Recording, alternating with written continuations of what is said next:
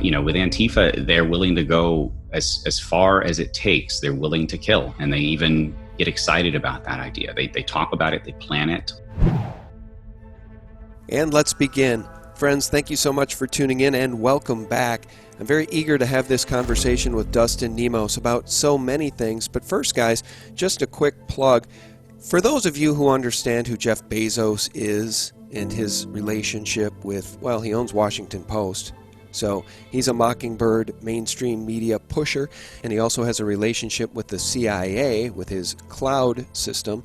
You've got a choice, and it doesn't have to be to support Jeff Bezos and making him richer. You can go to shopmagazon.com/SGT and get many of the same things you would otherwise buy on Amazon. Things like liposomal vitamin C, vitamin D, and so many other things that are healthy for you, like Carbon Shield 60, like so many things that the mainstream media doesn't want you to know about. We're going to go there in this interview with Dustin Nemos. Guys, I'll leave the link for magazon.com/SGT below. Bookmark it, will you? You can get a lot of the same things that you may already be buying from Target or Walmart or Amazon, and you can get them instead at MAGAzon, and you can support Patriots. Joining me right now is the one, the only Dustin Nemos. How are you, Dustin? It's good to see you again, Sean. I'm doing well. Thanks for having me on, buddy. Well, thanks for coming on, man. Hey, in the brief pre-conversation we had when we were chatting and saying hello, you said the interesting thing about MAGAzon is that it's by Patriots and for Patriots, and a lot of these corporations are now coming out vocally in support of some of the violence we're seeing, frankly. They're supportive of Antifa. Just like so many of these Democrat politicians are really showing their true colors now. And they're treacherous colors, man. Amen. You couldn't have said it better. I saw a commercial, multiple commercials, I should say, for Etsy recently. And I always thought Etsy was such a great place, arts and crafts, and shop directly with the person selling. But they're basically raising funds to bail out terrorists. I mean, they're all trying to bail out Antifa. I've seen a lot of the big tech companies basically virtue signaling toward terrorists. And that concerns me. I think that, as you mentioned, Jeff Bezos and the Washington Post, they use the money that we spend with them to wage war on us. And frankly, we've never been in a better time to talk about shopping with your dollars and voting with your dollars in a sort of a patriot way. And I think now more than ever, we need to consider that. Well, yeah, and it's just like getting into the voting booth and trying to vote out these Democrats. I've been saying that what's been going on under the cover of this COVID, I can't even say that word, can I? Well, hey, they already demonetized me. What else can they do? Oh, they can give me strikes and ban my channel altogether. That's what they want to do. They gave me a strike recently for an interview, Dustin, that I did more than a year ago with Oli Damagard and Cody Snodgrass. Out of the blue, a strike, so then I lost my channel for a week, and now I have my channel back, and I can't comment or reply to comments on my own channel. So I don't know what's going on there, and of course they won't address it.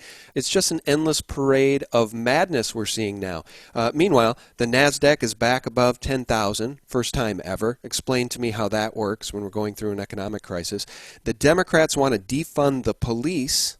Do you believe that, Dustin? They want to defund the police, and all of the violence we've been seeing in most of these major cities, these cities are controlled by Democrat mayors, not for a few years, but for decade after decade after decade. I don't see how these people are going to win in November, Dustin. How many New Yorkers are going to want to reelect de Blasio or Cuomo? Well, without cheating, they won't. And I think they already knew that. Polls show that a large percentage, if not the majority, of the black vote will now go to Trump. I don't think they can win a national election anymore. They have to cheat. They have to get violent. They have to have that mail-in vote. And the only way to get that, I think, is to shut things down and create a second wave coronavirus scare, which they're going to try to say these riots and these protests, these peaceful protests really caused it.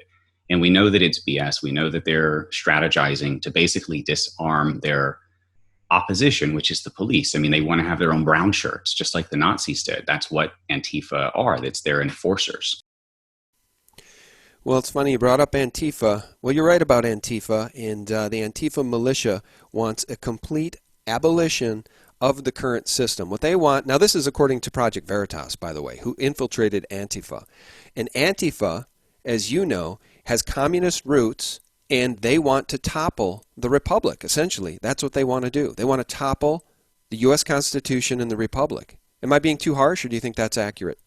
No, and I would go further. Look at some of the other Project Veritas videos, like the Democrat Socialists of America or the Bernie Sanders campaign. It's systemic. They have support groups within our own government everywhere at every level, a tiny minority, but they're there, and they're basically saboteurs, and they're subverting our Constitution, and they're doing it knowingly with the end goal of overthrowing what we have and instituting their communist paradise, which is going to end up just like Chairman Mao, where they were, eating people alive and mass murdering tens of millions of people in China. Well, President Trump recently tweeted that his administration is going to label Antifa as a terrorist organization. People like Andy Ngo, the journalist who has been repeatedly beaten in the streets by Antifa, probably welcome that news. My question is, at what point, Dustin, will this administration label George Soros a terrorist? Because George Soros and his organizations fund a lot of this Antifa violence. Having faced down Antifa coming at me with a pole in DC, I can definitely relate with what Andy's thinking. I haven't been hit in the head with a milkshake that was cement the way that he did, but it could have gotten bad. And I'm definitely afraid for anyone who's surrounded by Antifa. When we were in DC, we were in a cordoned off block area for a demand free speech event, and they surrounded the event, tried to send out battalions to get to us from side roads and stuff. And it was a scary thing. With Antifa, they're willing to go as far as it takes. They're willing to kill, and they even get excited about that idea. They talk about it, they plan it. We had the undercover videos from Louder with Crowder, a comedy show, but they were trying to troll them, and instead they caught them talking about sawed-off shotguns, luring Republicans, ice picks. We've known about this for a long time. Soros tried to get his summer of rage going before, but this time he succeeded. I'm sure that you saw the pre-placement of bricks all around cities across the nation. I kept tweeting, "Follow the money, then arrest George Soros." I kept tweeting that over and over as I retweeted these images of pallets of bricks being pre-placed in American cities. And now in Europe, the same thing's happening. It just strikes me as not being that difficult, Dustin, to go, there's all these cities are under surveillance, under video surveillance. Watch the video, find the license plates, follow the money, and make arrests. And I haven't heard a damn thing about it, have you? Beyond, us seeing these pallets of bricks in American cities. We're seeing there's a lot of smoke, and usually where there's smoke, there's fire. We've caught Soros-connected groups paying protesters in the past. I think there was an incident right outside of Schumer's office, if I recall, or I think it was Schumer. They had actually caught them, handing cash to people that had just protested, right inside. It happened about the same time they did the bloody pants, the bloody shorts talking. Anyway, it was a disgusting public thing. People may recall what I'm talking about. But with Soros himself, I imagine he is like a master of hiding his money, the way it's flowing into these groups. So anything he's done that's illegal, he's probably covered his tracks. He's probably laundered the money correctly. But I think once we start getting these Antifa people, the leadership, the middle management arrested, and that's happening now. The DOJ is going after and arresting the leadership that they can find. They are going to start rolling. And when that happens, you're going to start seeing some of the upper management. And then that's going to lead to Soros. From your perspective, what makes these young people tick, these people that join Antifa? I mean, I guess you can make the argument that they've never owned a home. They're not really career-oriented people. Most of them are so young. I would have to venture to guess that either these people are being brainwashed into this ideological belief system in the colleges, but I don't think many of them are actually going to college, some of these Antifa people. They just look like anarchists who want violence. Your thoughts on how easily these young people can be brainwashed into, this isn't conjecture, this is a fact, into doing the bidding of the banksters and the elite. They're doing exactly what the elite in the city of London want them to do. They want them to destroy civilization. I don't know. I mean, certainly a large population of Antifa are probably not college grads. They're just along for the ride because they're resentful, they're emotional, and they've been taught a lot of their lives that it's the system's fault. Everything's the system's fault. On the other hand, we do know a lot of them are college educated. We saw recently attorneys that were busted for throwing explosives into police van in New York. I mean, pipe bombs, things like that. That's very common. A lot of times these Antifa leaders are the ones paying money, or the actually like college professors and stuff. So we know within our education system, it was long ago taken over by Marxists. 80% of the professors out there are Marxist, and they'll probably admit it. It's like 5% or less, I think, that are actually, conservatives in schools. So there's an influence issue. There's a cultural attack happening, and they got to the kids, and they spent an entire generation destroying those kids. So half of the millennials, which is my generation, believe that communism is like a moral good. Whereas, of course, we know if you study philosophy or history or economics, you'll eventually come through different routes to the same conclusion that communism is force, communism is violence, and communism is a breakdown of law and order so that people can take power. It's basically a weaponized ideology to bring down those in power so that those who want power can achieve it. And that's what it's always been used for. And then the communists, they think when they achieve their society or their utopia, that those in power are going to let it all go and just let their power dissipate so that we can have this, utopian society. And that's never happened ever, and it never will. And it begs the question, are they literally stupid and they just don't realize that communism has claimed more human lives than anything else in the past 100 or 200 years, maybe in the history of the world? Do they not understand history? Because it's just shocking to see these people all over the world, embrace this ideology, and now they're burning down cities and they're looting cities in Europe. You just have to wonder where this ends, Dustin. I mean, I don't want to be forced into a civil war. This is not what the American people want, but it is what people like George Soros want. I would say it's not stupidity. It's not idiocy. It's not that the bowl is empty, so to speak. It's that the bowl was filled up with lies. And I did an interview one time with Alex Newman of the New American. He's actually an educator by trade as well as a journalist. And we went into the history of Common Core and the education system and the dumbing down of America. And, he made it very clear. He made a very strong case that this is not only an education system that leads them to communism, it actually causes measurable brain damage, and it causes them to think that they know history. They've been taught a false history. And then it's reinforced by the over-emotionalized sort of postmodernist, there is no reality, it's all subjective based on your feelings, BS. And that leads to a justification of violence for any slight. And that's where we're at now, where you can punch a Nazi if they disagree with you. And they flip the script, right? They call constitutionalists Nazis.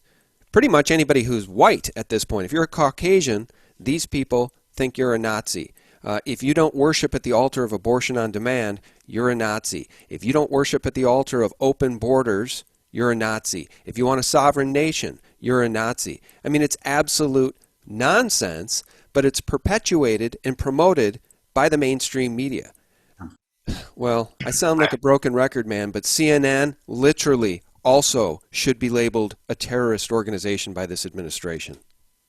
I think these organizations will fall apart quickly once we take back a lot of the government funding, because it's mostly our money that's funding this, including Soros. All of this example, Ukraine and Biden, all of this foreign aid that goes out comes back in through Soros into these different, NGOs and nonprofits, billions of our dollars that he's sending back into groups like Antifa to wage war on us, where these kids probably wouldn't be leaving mama's basement if they weren't being paid for it. So, we are in a situation where it seems really bad, but this could fall apart really quickly if we cut off the head of the Antifa snake.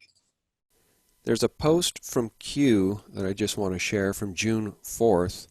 Which post number is this? 4413 over on qanon.pub. Those loyal to our constitutional republic and our command structure, those loyal to the office of the president and the will of the people, those who swore an oath to protect and defend against all enemies, foreign and domestic, those good people who serve proudly for America, Castle Rock, for God and country, Q, and we'll click on this link.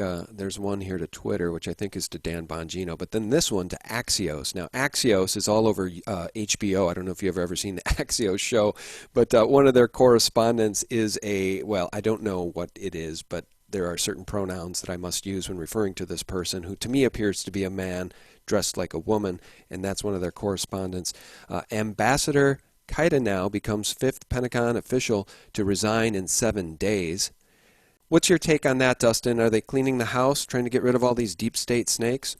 Yes, and recently Q even talked about those 30 subpoenas that just went out for the Russiagate origins probe, and we're going to dive into that, and we're going to ask these big names under oath, ideally, what they knew and when they knew it, and eventually that's going to, I think, lead back to a vindication of President Trump even more than he's already been, but also a realization that this was beyond just another election season or even just dirty politics. This was a real bona fide attempt to overthrow our government through a communist revolution. And I think that if it had succeeded, we would have ended up just like Russia did, Holodomor, mass starvation on an unprecedented scale, tens of millions dead.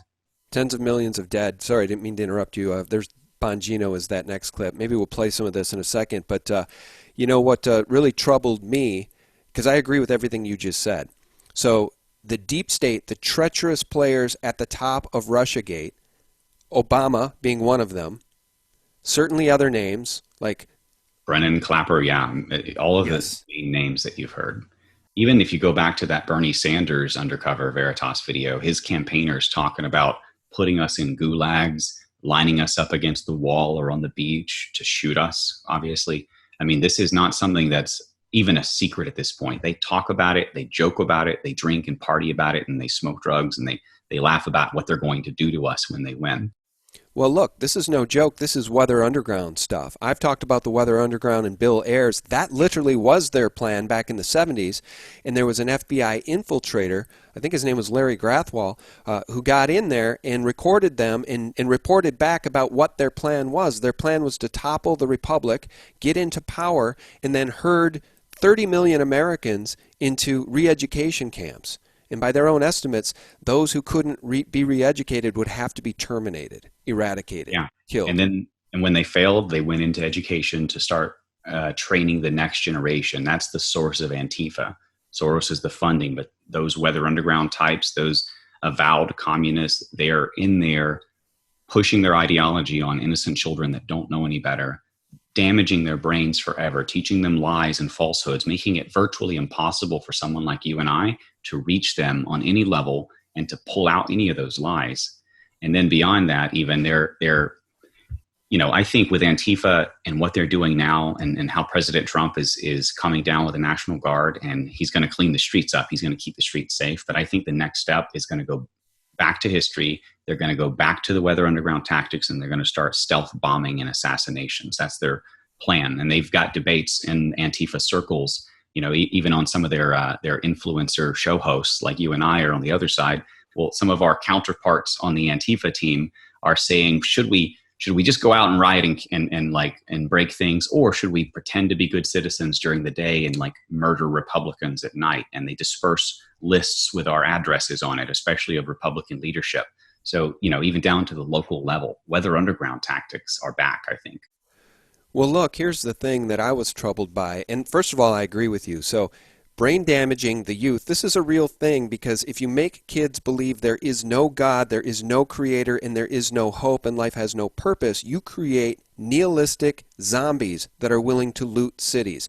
So I don't think I'm overstating that, because I'll tell you what, man, the suicide rate and the drug overdose rate in the state I'm in continues to only climb among young people. These young people have been brainwashed into believing that life really has no purpose, and that makes them very easy targets for these communist, Marxist lies.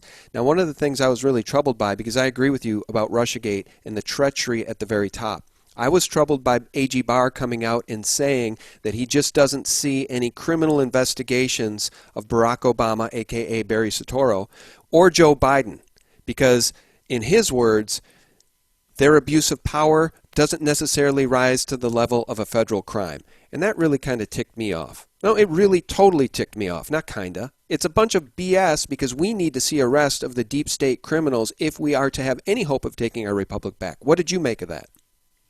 I try to look at it. There's 2 points I want to make. One, 2 years ago, imagine the AG saying, don't worry, we're not going to go after Obama. It would have been a shock and people would have been up in arms even at the suggestion that Obama was under investigation. So we've come a long way with the whole Overton window. Now we're saying, oh, it's okay, Obama's not going to get arrested. But remember, in that speech, he said something along the lines of, at this time. So I think that was the quote. And, more information will come out and that may change. And we haven't even had those 30 subpoenas of all of these different people like Lisa Page and Peter Strzok and, Comey McCabe, all of these others.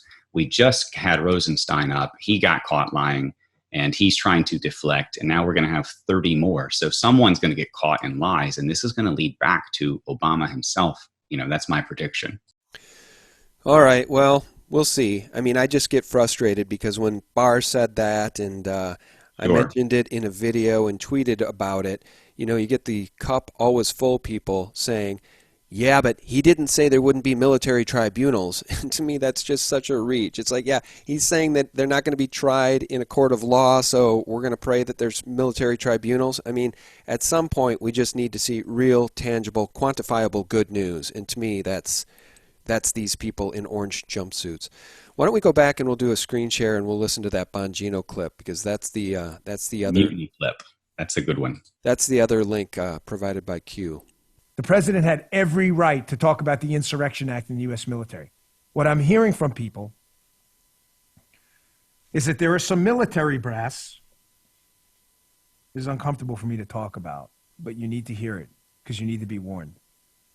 And some civilian representatives of the military, undersecretary types and others, who are organizing together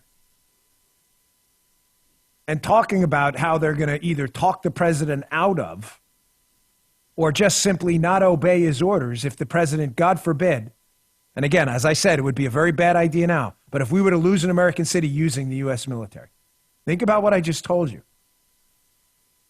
I don't think I've ever told you something as serious as what I just told you.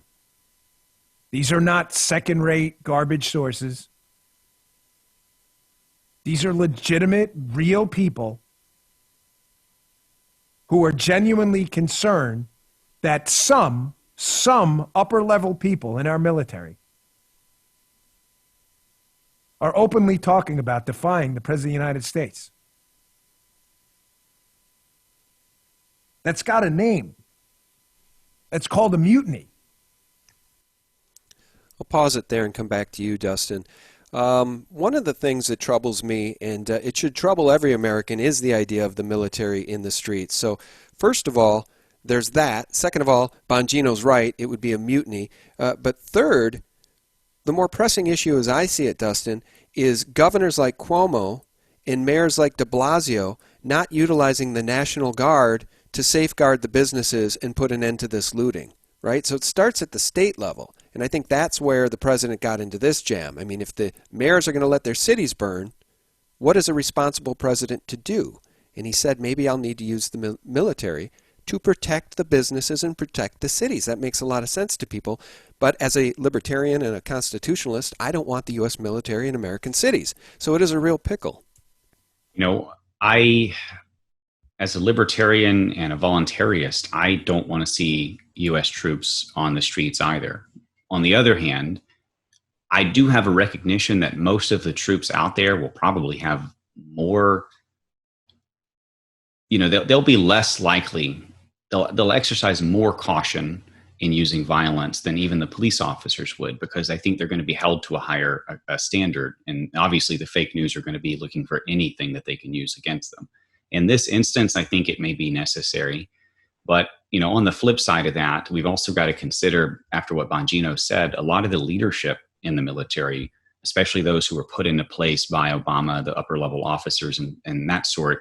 And remember, there was that rumor going around, he was firing generals that refused to shoot at American citizens if ordered. And, we understand that there's a swamp in the military too. There's a deep state, there's a deep church. We know that now. And there's a deep military, and they're showing their faces. They're all sort of making their side known right now and sort of declaring allegiance to it.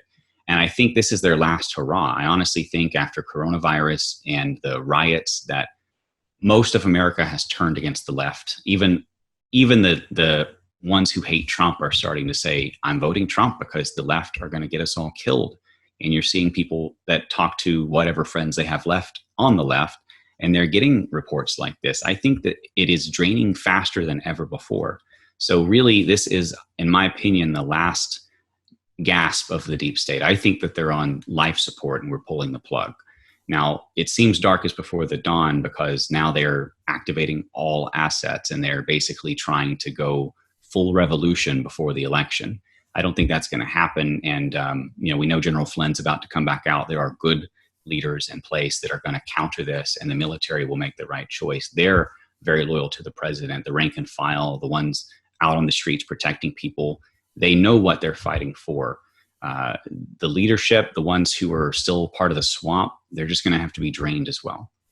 Yeah, well, they are showing their desperation because the tactics the left are using now do not resonate with anybody who cares about business or family or the Constitution. I mean, anything that a normally wired person, Christian or not, would believe in, these people stand in defiance of. So I don't see how that's a great platform going into November.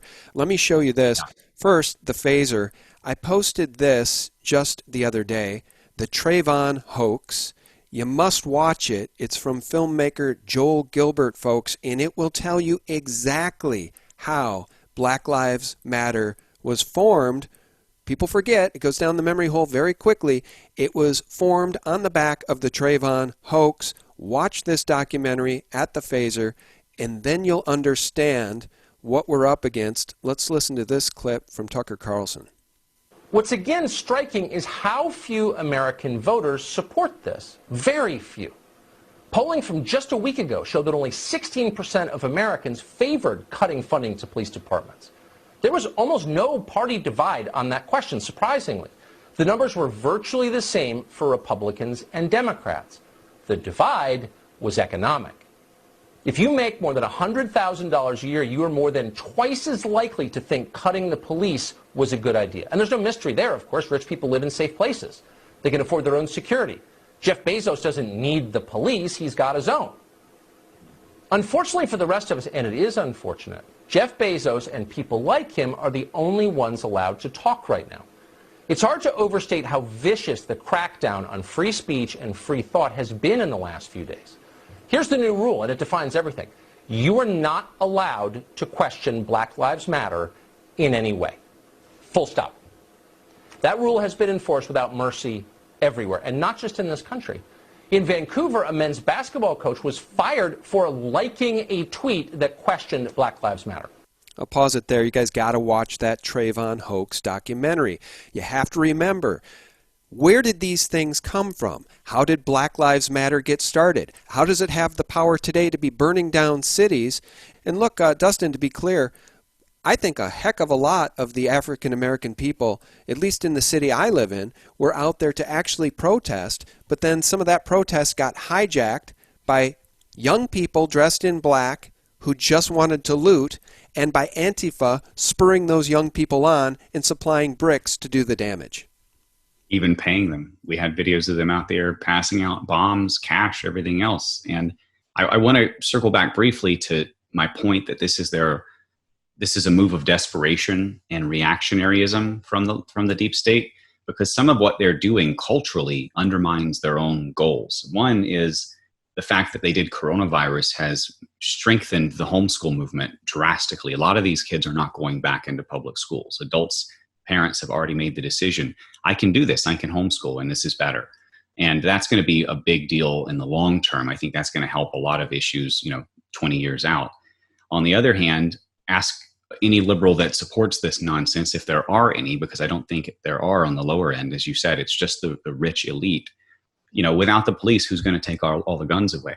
So I think the Second Amendment has never been stronger than now. And if they get rid of the police, you're going to see a resurgence in the Second Amendment, unlike anything we've ever seen. And you're going to see, unfortunately, vigilantism in self-defense. But after that is all done, all of this nonsense is over, people are still going to remember why they have that gun. This is a lesson people are going to remember for 50 years. This is why you need a gun, because sometimes the police won't protect you, and sometimes the politicians won't let them protect you. I think you hit the nail on the head there, because it occurred to me, and I tweeted about it, the immediate solution to all that looting we were seeing all across the country was the president or governors of those states saying, looters will be shot on sight. They needed to empower the people to protect their businesses, because in Minneapolis, when a pawn shop owner tried to protect his business from a looter and he shot a looter who died, the pawn shop owner was arrested and charged with murder, Dustin. That's the problem. All of these looters knew they had a blank check to loot because they weren't going to get shot. That's why they didn't move into the suburbs. They didn't move into residential areas, because gun owners can shoot looters and intruders on sight and not be charged with murder. So I'm totally with you on the First Amendment. It's key. And look what's going on in Canada. The Hand of the Queen, Justin Trudeau, just announced he's going to ban all assault weapons from his citizens. So the tyranny continues. And I think the timing of that one's real interesting, don't you? Agreed. And they're doing a lot of things to try to disarm us. Defense Secretary Esper told our National Guard to take their hard hats off and wear cloth hats while they're supposed to be protecting our president from a 1,000,000-man march of Antifa, which then got it rained, and it was a bit of a flop. But imagine 150 plus injuries in the last couple of weeks in the last week alone from these rioters, from Secret Service, head injuries, concussions. Imagine what could have happened if they had shown up with 1 million people carrying bricks and crowbars and poles and whatever else they may have. And our National Guard had no ammo. They were disarmed. They had no hard hats. They were disarmored, I guess is the word. I don't know. They were kicked out of the hotels, sleeping on the streets. So they did everything that they could to send them back or just make them unable to defend President Trump. And back to Minnesota, one of the sheriffs that said something good about a couple of young guys using their Second Amendment, he was fired from his job. So I don't even know how you fire a sheriff, but that happened.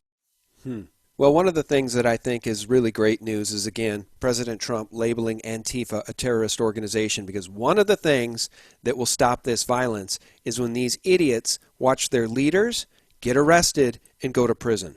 Yeah. That'll stop it real quick, almost as quickly as a bullet fired from a business owner's gun. Dustin, I really do appreciate your time. This has been an engaging and fun conversation for me today. Do you want to tell people how they can follow you and support you? Just Dustin Nemos on YouTube. I'm still there, as you are. They haven't completely banned us yet. They've been trying to, I know, and demonetizing everything else. But Dustin Nemos on YouTube and nemosnewsnetwork.com. And thanks for having me on again, Sean. It's good to chat. Yeah, it's my pleasure. A lot of fun. All right. Guys, our guest has been Dustin Nemos. Dustin, thanks, man.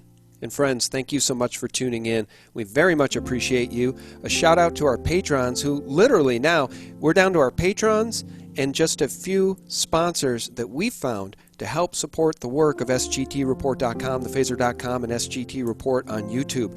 YouTube has been weaponized, friends. It's been weaponized against truth, against conservatives and Christians, and people all over YouTube now that have those views are being demonetized, and their content is being labeled harmful. YouTube is literally saying this content that you just heard is harmful to viewers. YouTube has jumped the shark. All right, guys, and for real news 24/7, you can visit us directly at sgtreport.com, the antidote to corporate propaganda and Marxist mainstream media lies. God bless. Bye-bye. Including corporate bonds, credit default swaps, securities, treasury bills, and other financial instruments. The number that's been stolen out of this country in the last 10 years back then was over $100 trillion.